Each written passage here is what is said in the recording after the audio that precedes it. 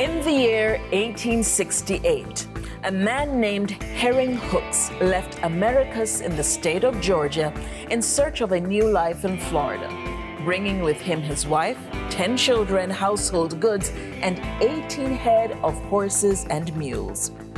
He stumbled upon the rolling hills between two lakes.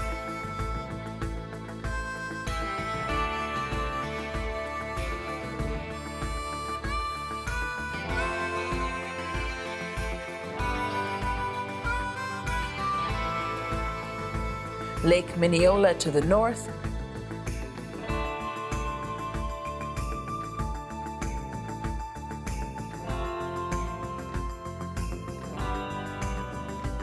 and Lake Minnehaha to the south. Herring Hooks was so enthralled by the beauty of the hills in central Florida that he bought 157 acres for $1 per acre. A few years later, in 1874, he wanted to name this area, so he approached his friend, Arthur F. Waronsky, who was the president of a company tasked with establishing a new town.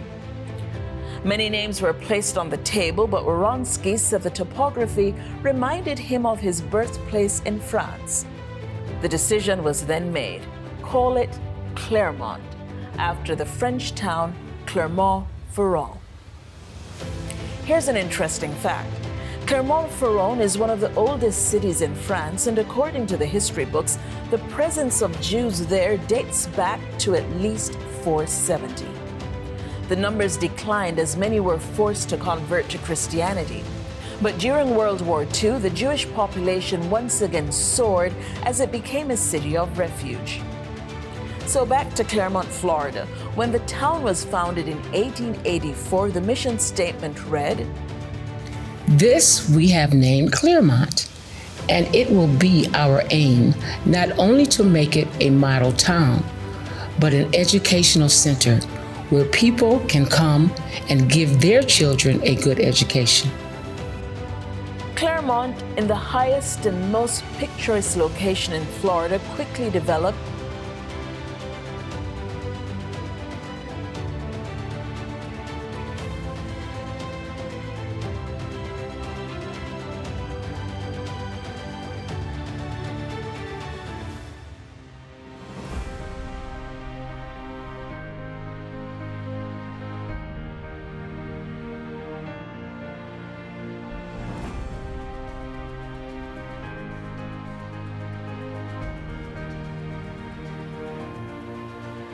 By 1922, a developer purchased 1,000 acres to grow citrus, and from this point on, Clermont, also known as the Gem of the Hills, became one of the major citrus-growing areas in Florida.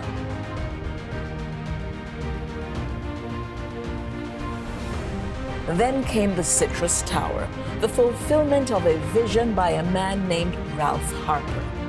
The tower, standing at the lofty height of 226 feet, the equivalent of 22 stories, with the tip of the highest antenna piercing the sky at 500 feet above sea level, allowed visitors to observe the miles of surrounding orange groves. Over the years, hundreds of thousands of visitors ascended the tower to a 360-degree panoramic observation deck to see approximately 35 miles in any direction. But in the 1980s, 3 harsh freezes killed most of the citrus groves, and this led to a decrease in visitors. The glory days of the tower quickly faded. The tower has been sold several times, and in 1995, it was purchased by Greg Homan, who renovated the tower, giving it a new look and added features. But one day, Greg Homan met a master Torah teacher, Rabbi Ralph Messer, the president and founder of Simchat Torah Beit Midrash, who for over 40 years has been on a mission to take Torah to the nations. There is now an amazing opportunity for the tower to switch hands once again, and the possibilities are endless. This tower in Clermont, Florida, is located 22 miles from Orlando, 22 miles from the town of Leesburg, and the height is the equivalent of 22 stories. And like Ralph Harper, Rabbi Ralph Messer sees the bigger picture, that of owning the tower and surrounding buildings and expanding the reach of STBM. One area of focus will be on the culinary arts, and supported by STBM's 5-star chefs, Carlos and Patricia, the wheels are in motion. Rabbi has told us repeatedly to never despise small beginnings. You'll now see the relevance as Carlos shares his journey. Carlos was born in Caracas, Venezuela. His father, Alvaro, moved from neighboring Colombia to Venezuela as it was then considered the Paris of South America. His father was an entrepreneur who introduced hot dog stands and food trucks into the country. His father even had a fine dining restaurant in Caracas that did extremely well in Venezuela's golden years. Life was good. The family moved to the United States for a while and then decided to return home, but now things started to change. From riches, they went to rags. And that brought the best chef from Colombia to introduce a new cuisine in Venezuela, and it was very, very profitable. A lot of rich and famous used to go in there, and politicians. Until one day, actually, the chef walked out of the restaurant, and he quit and he left the restaurant, and that's when everything started. As a young person, I started seeing, everything going down, and I asked my father what happened, and my father came to me and said, "Son, either you make the chef your partner, or you actually go and study culinary arts, but you have to learn the industry, the four walls mentality of a restaurant." And he had to close down the doors of that restaurant because he could never substitute that person. When it becomes a chef, you have your own special ingredients that you bring into it. So that's what happened, and from there, when my dad, when we went back home, we went back to Venezuela. The economy started going really down, and my dad was doing a lot of business as an entrepreneur, but the economy wasn't there like it was. It wasn't the golden years. The economy started turning around. He still had the mentality of that Paris of Venezuela, and what happened is just like we ended up on the streets. We had an embargo. And they actually closed. We lost everything. We lost our furniture. We lost everything. Everything went to auction. So, doing from a rich person to a poor person overnight. My dad had a nervous breakdown through the loss, and he couldn't recover. And for a lot of years, he just went into just walking and trying to find himself again. He just never recovered the big hit that it was. His father never recovered. He was devastated. His mother then moved to the United States, hoping to save the family. Carlos stayed behind, but he was on his own. Relatives rejected him, but friends came to the rescue. My mom went to the United States and for a better opportunity to lead the way, actually, to come to the United States for a better opportunity to save the family. My older brother went with my mom, but I stayed behind. My mom was supposed to send me a plane ticket and, kind of send me back in there. And I moved with friends because I didn't have anybody. I didn't have that. My relatives actually turned my back on me, actually. So I didn't have anybody to turn back. So I just had to rely on my friends. I lived with my rich friends for a year, but I still needed to provide my own food and provide my goal was to come to America no matter what. And so I worked at 16, I worked in a tobacco company, Marlboro. And from there I was buying wholesale cigarettes and selling them on the street to provide so I can have my plane ticket so I can come to America. So I was making $20 a month, and my plane ticket was $250 back in those days.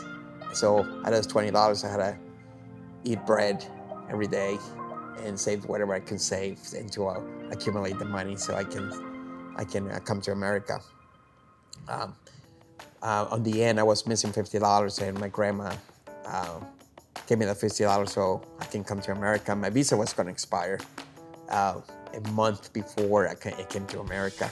So it was really a blessing that, but all through my whole journey, I was really praying. When I was walking on the streets, I didn't have anybody. And the only person I can really realize, it was God. But I did a petition, if God would take me out of South America and take me out of the streets and take me to America, then I will actually, just give and give to people and help other people. So that's where my passion comes in, to help other people. Carlos worked at this kosher deli for 5 years, rising through the ranks to assistant manager. There was this kosher deli that I keep going in the back of the door, and I knock on the door, and I show up every day I show up, because nobody wanted to hire me because I didn't have the skills and I was too young, and nobody wanted to give me a break. But there was this Jewish guy on this kosher deli that he spent his time in talking to me, and he looked at my hands and he said, "You're not ready, it's not your season. Come back in 6 months." But I come back the next day, and the next day, and the next day. And I came so many times that he actually looked at my hands and said, "Well, you got some callus in there. What have you been doing?" It's like, "Well, I've been washing cars in the meantime because I need to provide for my family. And my hands are getting rusty." And he said, "Well, come with me. I'll teach you the ropes. I'll teach you how to become a great chef. And I'll give you a good foundation that you need to apply so you can provide to your family." And that's when that actually this person, which his name is Baker, his last name was Baker. Chef Baker took me under his wing, and not only he taught me the principle of life, but he also taught me the principle of cooking, how to handle a knife, how to cook temperature, how to respect the food, and even the dietitian laws of the meat. He taught me how to value and save money and dollars, because his parents came from World War II actually, and they taught him how to save. They taught him how to appreciate every single ounce, and that was my foundation here. Even on the I wanted to work 7 days, but he wouldn't allow me to. He always offered me, "Do you want Shabbat off? Do you want Sunday off? Do you want Saturday or Sunday off?" I said, let me work for 7 days. He said, "No, every man needs a day of rest." One day, as Carlos ventured into the world of fine dining, his life was changed forever. He met a young lady, Patricia Beckford. A young man came in to the kitchen that I was sous chef at, and that was called the Hilton Resort. The chef always required that we test them. If they said they can cook, we test them. We test their skills right on site. Carlos came prepared. He came with chef knife. He came in a chef outfit. He says, "You gotta cook us a 5-course meal." He goes, "Now?" He goes, "Yes." And that's how I met Carlos. As a team, they prospered, from having their own restaurant and a cleaning business, but then came the revelation of the Torah. We got engaged on New Year's Eve night, and of course we got married. We opened a restaurant. It was quite busy. And then the recession hit. The day that we learned about the Torah, that's when actually the restaurant sales started declining because we work on Saturdays. Oh, yeah. And we refused to close on Saturdays. And overnight, from people pounding the door to it goes down. So we went from riches again in corporate America to rags also again, and we lost our house, and that's when the economy crashed over here too. But it humbled us to see God, who He is. In 2012, shortly after Rabbi enlarged the tent pegs of STBM into Central Florida, Carlos and Patricia crossed Rabbi's path. The rest is now history. From preparing meals on Shabbat to working with the youth and elderly, catering to hundreds locally on feast days, to acquiring a food truck and then spearheading a culinary team that has fed thousands in Denver. Hi, STBM. This is Terry McConnell. I've been with STBM for 12 years now. I've joined STBM when I was 10. I've been in this culinary program since I was 12. And ever since then, I've loved every minute of it. Chef Pat and Carlos Bentecourt, they have been like a father and a mother to me. They showed me only the right ways of holding a knife and cutting vegetables and sauteing different types of things. So far in life, they've shown me how to be the right kosher chef. Yeah, I'd just like to say that how blessed I am to be here at Sacred Torah. I remember when I first came here and we was down on 455, and I always remember that we have Shabbat and we was eating the stuff. I couldn't handle it. But when I found out that Pat and Carlos said, well, chefs, I mentioned it to them to talk to Hope about doing the cooking and stuff. And that was a blessing to myself. As Rabbi's vision of establishing a campus is within reach, the culinary ministry is about to shift into high gear. We've been praying for, actually there was a need for the culinary, the teenagers that were helping us and everybody, we're outgrowing, and then we keep growing and growing, and our kitchen becomes smaller, and we need a bigger place. So I started praying for a culinary after school program, and I've been praying for 2 years that we need to teach our new generation and our new people the way to eat, the cashew laws and the dietitian laws and everything, to eat healthy and kosher. And one of the things is actually to prepare them because all this is a preparation to the land. So the new generation, we need to grab them when they're young and teach them. So that's been my prayers for 2 years. When everything came into it, was in place, God is providing us with and expanding the locations and the visions, and now there's an opportunity to rise up and take ownership of what God is giving to us, because God is moving in places that we don't know. Kosher Deli, our project is two things. One is going to be a kosher deli to reach out to the community. Mm-hmm. And one of the things that we actually going to provide in the kosher deli is a kind of what we're going to do is the young people that we're teaching in the culinary art and after school program, we'll prepare the food and everything. From that food that we prepare, we're going to take care of some of the elders in the communities and the elder. So we actually we'll donate that food, make it into a soup kitchen for the elder. The kosher deli comes in as an education institute to people coming here, and the school comes in. So everything comes in place. So it's gonna be the kosher deli in the morning, and then we'll have the culinary school at night, and then we're taking care of the elders. The Citrus Tower is within reach. Every dollar counts. Help us to make this a reality. In the words of our rabbi, influence your future by investing in it.